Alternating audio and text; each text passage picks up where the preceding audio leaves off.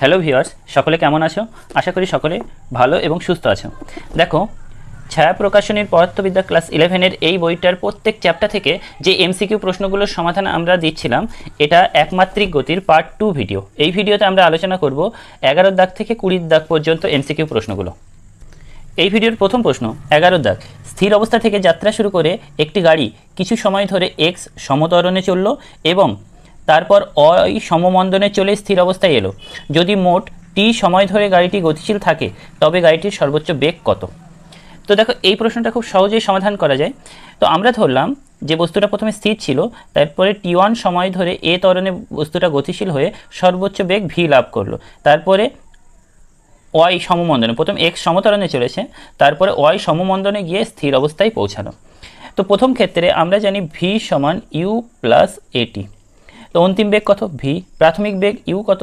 0 plus এ ত্বরণ কত? X into সময় কত লেগেছে? টি1। তার মানে এখান থেকে টি1 ইকুয়াল টু আমরা পাচ্ছি ভি বাই এক্স।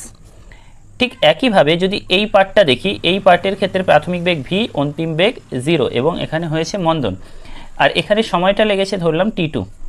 তাহলে ঠিক এই ফর্মুলাটাই আবার ব্যবহার করি। অন্তিম বেগ কত? 0, তাই জন্য আমরা ভি এর এখানে লিখলাম 0 ইকুয়াল টু প্রাথমিক বেগ কত? এখানে প্রাথমিক বেগ ভি যেহেতু মন্দন হচ্ছে তাই জন্য কি একটা মাইনাস এলো। আর ত্বরণ এর জায়গায় কি লিখবো? এখানে তো ত্বরণ নেই, মন্দন, তাহলে মন্দন ওয়াই এবং সময় লেগেছে টি2। তো সেখান থেকে ওয়াই টি2 ইকুয়াল টু ভি, মানে এখান থেকে টি2 আমরা পাচ্ছি ভি বাই ওয়াই। টি1 পেলাম এই, আর টি2 পেলাম এই টি1 আর টি2 যোগ করলে তো আমরা মোট সময় পাবো। তাহলে মোট সময় টি ইকুয়াল টু লিখতে পারি টি1 প্লাস টি2। টি1 এর এখানে বসিয়ে দিই ভি বাই এক্স, আর এখানে টি2 জায়গায় ভি বাই ওয়াই। তোমরা যদি এখানে লসাগু করো এক্স ওয়াই, তার মানে এটা হয়ে যাবে V Y plus V X, ভিটা কমন নিলে X plus Y by X Y. তার মানে এটা কি টি সমান বেরিয়েছে আমাদের এটা। সেখান থেকে ভি ইকুয়াল টু তাহলে কত পাবো? X Y into T, X Y by X plus Y into T. অর্থাৎ আমাদের সর্বোচ্চ বেগ হবে option A, right answer option A. এরপরে যাব আমরা সেকেন্ড কোশ্চেন, অর্থাৎ কোশ্চেন নাম্বার 12-এ। কী বলেছে এখানে? টি ইকুয়াল টু 0 সময়ে একটি বস্তুকণা এক্স ইকুয়াল টু 0 অবস্থানে রয়েছে। এবার বস্তুকণাটি V equal to alpha root X বেগ নিয়ে ধনাত্মক এক্স অক্ষ বরাবর চলতে শুরু করলো। বস্তুটির সরণ সময়ের সঙ্গে কিভাবে পরিবর্তন হয়? দেখো, এখানে মোদ্দা কথা বক্তব্য ভি দিয়ে দিয়েছে, আর এখানে ভি থেকে আমাকে, অর্থাৎ বেগ থেকে আমাকে যেতে হবে সরণের দিকে। তো বেগ থেকে সরণ মানে আমরা সে আগে একটা তোমাদেরকে বলেছিলাম যে থিওরি পোর্শন, একমাত্রিক গতির থিওরি পোর্শনে সরণ বেগ ত্বরণ এইভাবে যদি যায় তাহলে আমাদেরকে ডেরিভেটিভ করতে যেতে হবে, আর ত্বরণ বেগ সরণ এই উল্টো পথে আসলে আমাদেরকে ইন্টিগ্রেশন করতে হবে। তো এখানে যেহেতু বেগ থেকে সরণের দিকে যাব তাহলে আমাদের ইন্টিগ্রেশনের পন্থায় নিতে হবে। এখানে কি আছে? V equal to alpha root X. আচ্ছা, ভিকে আমরা কি ভাবতে পারি? DX DT equal to alpha X to the power কত? হাফ, বা ডিএক্স ইকুয়াল টু কি? Alpha X to the power half into DT. বা এটা যদি এক্সটাকে এই পাশে নিয়ে আসি তাহলে কী হয়ে যাবে? পাওয়ার মাইনাস হয়ে যাবে, নিচে চলে আসে অ্যাকচুয়াল, তার মানে পাওয়ার মাইনাস হয়ে যাবে। X to the power minus half dx equal to alpha dt. এবার যদি এটাকে ইন্টিগ্রেশন করা হয় তাহলে কি হবে? দেখো, এখানে integration x to the power minus half dx equal to integration alpha dt. দেখো, যখন টাইম 0 তখন সরণ কত ছিল? 0। যখন টাইম টি তখন সরণ মনে করলাম এক্স। তাহলে আমাদের লিমিটটাও নেওয়া হয়ে গেল। লিমিট না নিলেও যদি অঙ্কটা হয়ে যায় তবু আমরা লিমিটটা নিলাম। এবার এখানে কি এটা ইন্টিগ্রেশন করলে কি হয়? পাওয়ার 1 বেড়ে যায়, এখানে পাওয়ার হাফ আছে, 1 বেড়ে গেলে কি হবে? প্লাস হাফ হয়ে যাবে। তার মানে x to the power half limit 0 থেকে এক্স। আর এখানে আলফা যদি কনস্ট্যান্ট বেরিয়ে মানে বাইরে চলে আসবে তাহলে ইন্টিগ্রেশন ডিটি কত হবে? টি। আলফাটা বাইরে থাকলো, ইন্টিগ্রেশন করলে টি হবে। এখানে কত? 0 থেকে টি। ইন্টিগ্রেশনের নিয়ম। তোমাদের ইন্টিগ্রেশনের যদি একটু উইক থাকে আবার একটু ফর্মুলাগুলো দেখে নাও। ইন্টিগ্রেশনে কি হয়? যে পাওয়ার যা ছিল integration x to the power N DX equal to কী ছিল? X to the power N plus 1 by N plus 1। তাই জন্য আমাদের এর পাওয়ার কত নিয়েছি? X to the power minus half ছিল, তার সাথে 1 প্লাস করে X to the power plus half হলো। এই পাওয়ারটা আবার একবার নিচে চলে আসবে। আর এখানে আলফাটা যদি এদিকে নিয়ে আসি তাহলে কী থাকলো? Integration dt. আমরা জানি integration dx equal to x হয়, তাহলে ইন্টিগ্রেশন ডিটি সমান কত হবে? টি। লিমিট বসানোর নিয়ম কি? প্রথমে এক্সের এখানে এই আপার লিমিটটা বসাবো, এখানে যেহেতু এক্স আছে তাই X to the power half by half, minus এই এক্সের এখানে 0 বসাবো, 0 to the power half by half equal to alpha টির এখানে upper limit T minus J T এর এখানে লোয়ার লিমিট 0। তার মানে এখানে অ্যাকচুয়াল হচ্ছে 2x⁻½ equal to alpha t. তাহলে এখানে এক্সের মান কত হচ্ছে, জায়গাটা একটু শর্ট, তোমরা নিজেরা একটু এটা ভালো স্পষ্ট করে লিখে নেবে। x⁻½ ইকুয়াল টু হচ্ছে হাফ আলফা টি, তাহলে x equal to 1/4 alpha square t square, অর্থাৎ x আর t এর মধ্যে সম্পর্ক কি, x proportional to t square. এখানে অপশান এ হলো আমাদের রাইট আনসার। ওকে, এরপরে আমরা যাই 13 নম্বর কোশ্চেনে। একটি বস্তু কণার বেগের সমীকরণ v ইকুয়াল টু এটি, ওই কণাটির প্রথম 4 সেকেন্ডে যে দূরত্ব অতিক্রম করে তা হলো। দেখো এই অঙ্কটাও ঠিক আগের অঙ্কটার মতো, আগের অঙ্কটা যদি বুঝে থাকো তাহলে এই অঙ্কটা অবশ্যই বুঝতে পারবে। তো দেখো এই অঙ্কটা আরেকবার দেখা যায়, এখানেও ঠিক একই বক্তব্য, বেগ দেওয়া আছে, আমাদের অতিক্রান্ত দূরত্ব বা সরণ যাই বলো না কেন x এর মান বার করতে হবে। তাহলে একটু দ্রুতই করছি, এটা আমাদের দেওয়া আছে v ইকুয়াল টু এটি, তাহলে v কে আমরা কি লিখতে পারি, dx dt equal to at, তার মানে এখান থেকে dx equal to at dt, এটা dt সরি। এখানে যে দুই পাশে আমরা ইন্টিগ্রেশন করি, তাহলে ইন্টিগ্রেশনে যখন টাইম 0 তখন সরণও ছিল 0। কেন বলছে, একটি বস্তু কণার বেগের সমীকরণ এটা, ওই কণাটির প্রথম 4 সেকেন্ডে যে দূরত্ব অতিক্রম করে। তো যখন টাইম 0, টাইম যখন 0, তো টাইম 0 বসিয়ে দিলে বেগ কত, 0, বেগ 0 মানে কি স্থির অবস্থায় আছে, স্থির অবস্থায় মানে কি ওর সরণ 0, তাহলে টাইম 0 থেকে t আর সরণ 0 থেকে আমরা x ধরলাম। ইন্টিগ্রেশন dx করলে কত হয় x, তাহলে x লিমিট কীভাবে নিতে হয়, নিচে লোয়ার লিমিট উপরে আবার লিমিট, এখানে কি ধ্রুবক অংশটা আমরা বাইরে নিয়ে নিই, তাহলে t dt ইন্টিগ্রেশনে কোথায় 0 থেকে t, এটা বাইরে থাকলো, t এর পাওয়ার কত আছে 1, আমাদের ফর্মুলা কি ছিল x⁻n dx equal to x⁻n+1/n+1, পাওয়ার 1 বেড়ে গেল, নতুন পাওয়ার নিচে, তাহলে এর পাওয়ার 1 আছে, 1 বেড়ে হয়ে গেল কত 2/নিচে 2, 0 থেকে t, a ইন্টু t এর জায়গায় আপার লিমিট বসাই, তাহলে t²/2 বিয়োগ t এর জায়গায় লোয়ার লিমিট বসাই 0²/2, তার মানে এখান থেকে কত আসছে। আচ্ছা, এখানেও ঠিক একইভাবে x এর জায়গায় আপার লিমিট বসাই x, মাইনাস দিয়ে x এর জায়গায় লোয়ার লিমিট বসাই 0, তার মানে এখানে হচ্ছে কিন্তু x, অর্থাৎ x ইকুয়াল টু আমাদের আসলো হাফ a t স্কোয়ার। এবার বলেছে 4 সেকেন্ডে কত দূরত্ব অতিক্রম করবে, তো t এর এখানে 4 বসাই, তাহলে কত হবে, 4 4 16, হাফ ইন্টু a ইন্টু 16, 2 কেটে 8, অর্থাৎ 8a হলো রাইট আনসার। কোথায়, পরপর দুটো অঙ্ক কিন্তু একই স্টাইলের, তোমরা এটা একটু মনোযোগ দিয়ে দেখো। 14, একটি বস্তুকণা স্থির অবস্থা থেকে সমতরণে যাত্রা শুরু করে প্রথম 2 সেকেন্ডে x পথ এবং পরের 2 সেকেন্ডে y পথ অতিক্রম করে, তাহলে নিচের কোনটি সঠিক।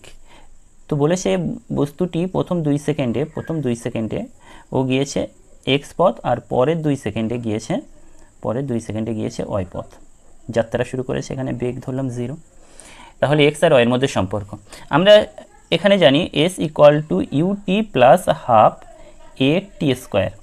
তাহলে প্রথম এখান থেকে এই পর্যন্ত এই 2 সেকেন্ডের কথা ভাবি, সরণ হয়েছে কত x, প্রাথমিক বেগ 0, তার মানে এই পার্টটা হয়ে যাচ্ছে 0 plus half a into T square, T কত 2 সেকেন্ড, তার মানে 2 2 4, তার মানে এখানে হচ্ছে 2a।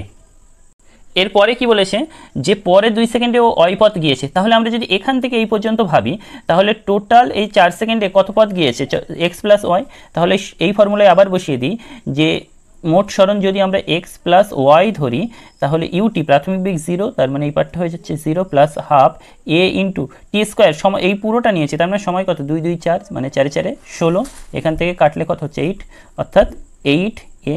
তো x হয়েছে 2a আর x প্লাস y হয়েছে 8a, তার মানে y সমান কি 6a, তাই তো 6a কে আমরা ভাবতে পারি 3 ইন্টু 2a, আচ্ছা 3 ইন্টু 2a মানে কি x, তাহলে y ইকুয়াল টু 3x, এদের মধ্যে সম্পর্ক y ইকুয়াল টু 3x, অর্থাৎ অপশান এ হলো রাইট আনসার। পরের অঙ্কটা দেখো, অর্থাৎ 15 অঙ্কটা, একটি বস্তু স্থির অবস্থা থেকে সমতরণে যাত্রা শুরু করে প্রথম 10 সেকেন্ডে x দূরত্ব এবং পরবর্তী 20 সেকেন্ডে y দূরত্ব অতিক্রম করে, x ও y এর মধ্যে সম্পর্ক। ঠিক সেম অঙ্ক কিন্তু আমরা আগে করলাম, যে প্রথম 2 সেকেন্ডে x গিয়েছে, পরের 2 সেকেন্ডে y গিয়েছে, আগের অঙ্কে ছিল। এখানে কি বলেছে যে স্থির অবস্থা থেকে যাত্রা শুরু করে প্রথম 10 সেকেন্ডে গিয়েছে ও x পথ আর পরবর্তী 20 সেকেন্ডে গিয়েছে ও y পথ, যাত্রা শুরু করেছে, তখন বেগ কত 0, যেহেতু স্থির অবস্থা থেকে যাত্রা শুরু করেছে। তাহলে ঠিক একইভাবে আমরা সেই একই formula s equal to ut plus half a t square, এই ফর্মুলা বসিয়ে প্রথম এই x এই দূরত্বের জন্য আমরা একটা সমীকরণ পাবো, সেখান থেকে x এর মান পাবো, আর এখান থেকে পুরোটা x প্লাস y মোট সরণ ধরে আমরা প্রাথমিক বেগ 0 হাফ a t টি স্কোয়ারে যায় কি 20 স্কোয়ার, এটা বসিয়ে দেবো, দিয়ে এখানে এক্স আর ওয়াইয়ের মধ্যে সম্পর্ক বার করবো, একেবারে হুবাহু সেম অঙ্ক আগেরটার মতো। তো এটা তোমাদের হোমওয়ার্ক থাকবে, তোমরা কিন্তু এই অঙ্কটা করবে, এটা এইচএস 2014, অর্থাৎ 2014 সালে কিন্তু এই অঙ্কটা এসে, এটা তোমাদের হোমওয়ার্ক থাকবে। আর কত আনসার হচ্ছে সেটা কিন্তু অবশ্যই কমেন্টে লিখবে। একেবারে সেম অঙ্ক 14-র মতো 15টা, তবে এই অঙ্কটা তোমরা নিজেরা করে কিন্তু কমেন্টে অবশ্যই লিখবে। আচ্ছা, এরপরে আমরা আসি 17-র দাগ। দেখো 16-র দাগটা আমরা এর পরেই করাচ্ছি, আগে 17-র দাগটা করে নিচ্ছি, যেহেতু আমার লিখতে গিয়ে আগে পরে একটু হয়ে গিয়েছে। তো যাই হোক, 17-র দাগেরটা আমরা এরপরে শুরু করছি। এখানে দেখো কি বলেছে, সরলরেখায় গতিশীল একটি কণার সরণ এক্স এবং সময় টি এর সম্পর্কের সমীকরণ টি ইকুয়াল টু √x+3। এখানে এক্স মিটার এককে এবং টি সেকেন্ড এককে প্রকাশিত হয়েছে। 6 সেকেন্ডে কণাটির সরণ ও ত্বরণ যথাক্রমে কত হবে, এখানে আনসার বার করতে হবে। তার মানে এখানে এক্স দিয়েছে, আমাকে বার করতে হবে কি ত্বরণ, অর্থাৎ সরণ থেকে পাবো বেগ, বেগ থেকে পাবো ত্বরণ। তাহলে এখানে কি দিয়েছে আগে লিখে নিই, টি ইকুয়াল টু √x+3। তাহলে √x ইকুয়াল টু আমরা পাচ্ছি t-3, তার মানে x ইকুয়াল টু পাচ্ছি t-3 হোল স্কোয়ার। তার এটা হোল স্কোয়ার করলে কত হবে, t² - 6t, t² - 60 + 9। ঠিক আছে, এখান থেকে আমরা বেগ কত পাবো, dx dt করলে বেগ পেয়ে যাব কত, আমাদের ফর্মুলা কি ছিল, d dx x⁴n হলে কি হয়, পাওয়ারটা আগে চলে আসে ডেরিভেটিভে আর পাওয়ার 1 কমে যায়, এটা যেহেতু ডেরিভেটিভ, আগে ছিল ইন্টিগ্রেশন।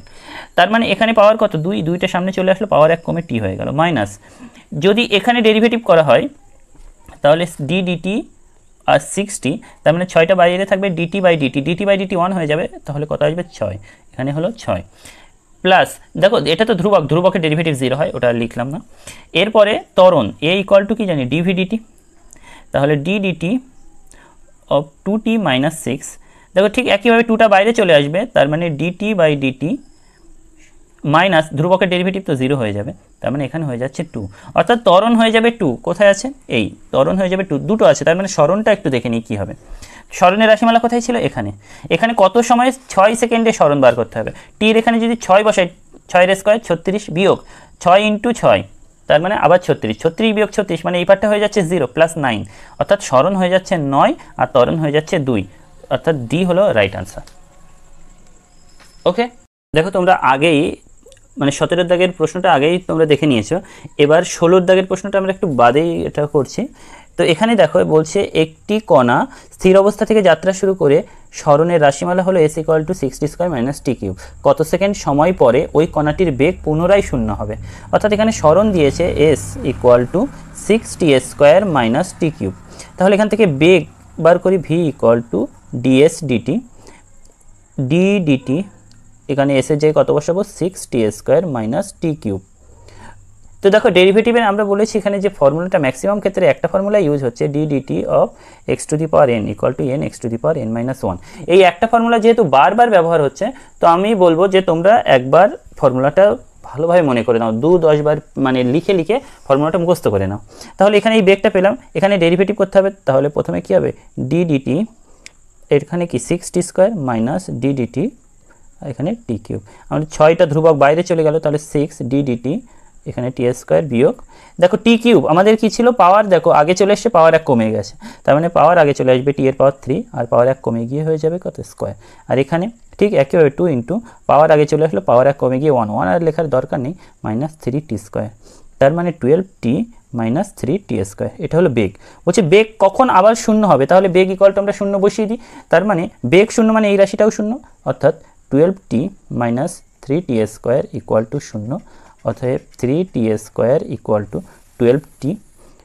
সেখান থেকে আমরা বলতে পারি দুদিকে 3 দিয়ে যদি কাটি, t² = 4t, t² যদি 3 দিয়ে কাটি তাহলে t² = 4t, তাহলে t = কত হবে, 4, অর্থাৎ 4 সেকেন্ড হলো রাইট আনসার। কোথায়, অপশান বি, 4 সেকেন্ড হলো রাইট আনসার। নেক্সট 18 দাগ কি বলছে, একটি বস্তুকণা স্থির অবস্থা থেকে যাত্রা শুরু করে সরলরেখা বরাবর সমত্বরণে চলছে, বস্তুকণা কর্তৃক চতুর্থ সেকেন্ডে অতিক্রান্ত দূরত্ব তৃতীয় সেকেন্ডে অতিক্রান্ত দূরত্বের তুলনায় শতকরা কতটা বেশি হবে তা লেখো। তাহলে দেখো 4 নম্বর সেকেন্ডে 3 নম্বর সেকেন্ডে কতটা পথ যাবে, এর জন্য আমাদের ফর্মুলা কি আছে, যে sn = u + ½ a 2n - 1 বা 2t, যদি t ধরো st ধরো তাহলে 2t 2n - 1, মানে n তম সেকেন্ডে। তো এখানে কি 3 নম্বর সেকেন্ডে গিয়েছে একটা পদ, সেটাকে S3 ধরলাম, আর 4 নম্বর সেকেন্ডে সেটা ধরলাম S4। তাহলে S3 কত হবে, u প্রাথমিক ভেক্টর 0, তাহলে হাফ a ইন্টু 2n, 3 2 6, 6 বিয়োগ 1 মানে 5, অর্থাৎ 5/2a। S4টা কত হচ্ছে, u তো 0 প্লাস হাফ ইন্টু a, 4 2 8 থেকে 1 বাদ দিলাম 7, তার মানে আমাদের হচ্ছে 7a/2। তার মানে S4/S3 যদি করি তাহলে হচ্ছে 7/5। তার মানে আগে যদি 5 থাকে এখন হয়েছে কত, 7, বেড়েছে কত, 2 বেড়েছে। আগে কতর উপরে 5 ছিল, এখন বেড়েছে 2, তো শতকরা বেড়েছে কত, 2/5 ইন্টু 100, 5 20, অর্থাৎ 40%। এখানে বি হলো রাইট আনসার। পরের প্রশ্নটা বলছে PQRS 4 জন বালক একটি ডি বাহু বর্গক্ষেত্রের 4টি কৌণিক প্রান্তে রয়েছে, অর্থাৎ PQRS 4টে কোণায় আছে। সবাই একই সঙ্গে দৌড়াতে শুরু করলো এমনভাবে যে PQ কে লক্ষ্য করে, QR কে লক্ষ্য করে, RS কে লক্ষ্য করে এবং SP কে লক্ষ্য করে। অর্থাৎ P লক্ষ্য করছে, Q কে লক্ষ্য করে এগোচ্ছে, Q R কে লক্ষ্য করে, R S কে লক্ষ্য করে, SP কে লক্ষ্য করে এগোচ্ছে। কতক্ষণ পর তারা পরস্পর মিলিত হবে, সকলের বেগ v, তাই তো। তাহলে কতক্ষণ পরে এই পি কিউ বিন্দুতে পৌঁছাবে আর কিউ আর বিন্দুতে পৌঁছাবে, তো যে সময় পি কিউ বিন্দুতে পৌঁছাবে কিউ সেই সময় আর বিন্দুতে পৌঁছাবে। তাহলে আমাদের ধরলাম পি কিউ বিন্দুতে যেতে সময় লেগেছে টি, এখানে বলে দিয়েছে এদের বেগ ভি, আর এই যে দূরত্বটা বলে দিয়েছে ডি। তো আমরা সমবেগের ক্ষেত্রে আমরা কি জানি, এস ইকুয়াল টু ভিটি, তার মানে এখানে এসের জায়গায় কত হবে, D equal to V into T, তার মানে T equal to D by V, অর্থাৎ অপশান এ হলো রাইট আনসার। খুব ইজি প্রশ্ন, গোলমাল করার কোনো দরকার নেই। এরপরে লাস্ট কোশ্চেন 20। দেখো 20-র যে কোশ্চেনটা সেটা অনেকটা গুগলি টাইপের। আসলে এই অঙ্কটার সাথে এই চ্যাপ্টারের যে অঙ্কগুলো বা ফর্মুলা বা ধ্যান ধারণার কোনো হলো মানে কানেক্ট নেই, এটা ওই সাধারণ জ্ঞান থেকে এটা উত্তর দিতে হবে এরকম একটা। তো দেখো কি বলছে, এ ও বি সমুদ্রের দুই প্রান্তে দুটি বন্দর, একটি জাহাজ এ থেকে বি বন্দরে পৌঁছাতে সময় লাগে 12 দিন, একইভাবে বি থেকে এ বন্দরে পৌঁছাতে 12 দিন সময় লাগে। যদি দুটি বন্দর থেকেই দিনে একটি করে জাহাজ বন্দর ছাড়ে তাহলে মাঝ সমুদ্রে কতগুলো জাহাজ পরস্পরকে সাক্ষাৎ করবে। অর্থাৎ এখানে কি বলছে, এ থেকে এই বি পর্যন্ত যে দূরত্ব, এখানে এ থেকে বি অভিমুখে প্রত্যেক দিনে একটা করে জাহাজ ছাড়ে। তাহলে যদি 12 দিনে টোটাল এরকম করে কটা জাহাজ থাকবে, টোটাল 12টা জাহাজ, 12 নম্বর জাহাজটা এখানে পৌঁছাবে। এখানে যদি আজকে 1 নম্বর আর 12 দিন আগে যেটাকে ছেড়েছি সেটা এই জায়গায় পৌঁছাবে 12 নম্বর জাহাজটা এই অভিমুখে। ঠিক বি থেকে এ অভিমুখে যদি দেখো তাহলে ওই দিক থেকে যদি আসে, ওই দিক থেকে 12 নম্বর জাহাজটা এখানে, আর আজকের জাহাজ প্রথম জাহাজটা এখানে, এর মধ্যে আরও কটা আছে, আরও 10টা জাহাজ আছে। বলছে যদি দুটি বন্দর থেকেই দিনে একটি করে জাহাজ বন্দর ছাড়ে তাহলে মাঝ সমুদ্রে কতগুলো জাহাজ পরস্পরকে সাক্ষাৎ করবে। তো টোটাল এখানে কটা, 12টা জাহাজ, কিন্তু এই 1 নম্বর জাহাজটা তো এই বন্দরে আছে আর 12 নম্বরটা তো এই বন্দরে আছে। ঠিক একইভাবে এদিকে এই 12 নম্বরটা বন্দরে আছে, এই 1 নম্বরটাও বন্দরে পৌঁছে গিয়েছে। তার মানে এখানে কটা আছে, 10টা এখানে পড়ে আছে, এখানে 10টা পড়ে আছে, এইগুলোই সমুদ্রের মধ্যেই আছে, অর্থাৎ 20টা হবে জাহাজ যারা সমুদ্রের মাঝে আছে। কিন্তু এখানে বইটাতে উত্তর দেওয়া আছে 21, এখানে অপশানগুলোর মধ্যে 20 নেই, 21 যেহেতু 20-র কাছে তাই আমরা অপশান ডিটা লিখবো রাইট আনসার। ওকে, এই ছিল সম্পূর্ণ 20টা প্রশ্ন এবং তার উত্তর। তোমরা যদি এই পর্যন্ত ভিডিওটা শেষ পর্যন্ত দেখছো তার মানে ভিডিওগুলো তোমাদের ইন্টারেস্ট আছে আর সেই জন্য তোমরা এই পর্যন্ত দেখছো। তো তাই যদি হয় তোমরা রিকোয়েস্ট করবে এরপর তোমাদের কোন ভিডিওটা দরকার, সেই অনুযায়ী কিন্তু আমরা নেক্সট স্টেপ নেব। ওকে, সকলে ভালো থাকবে, বাই।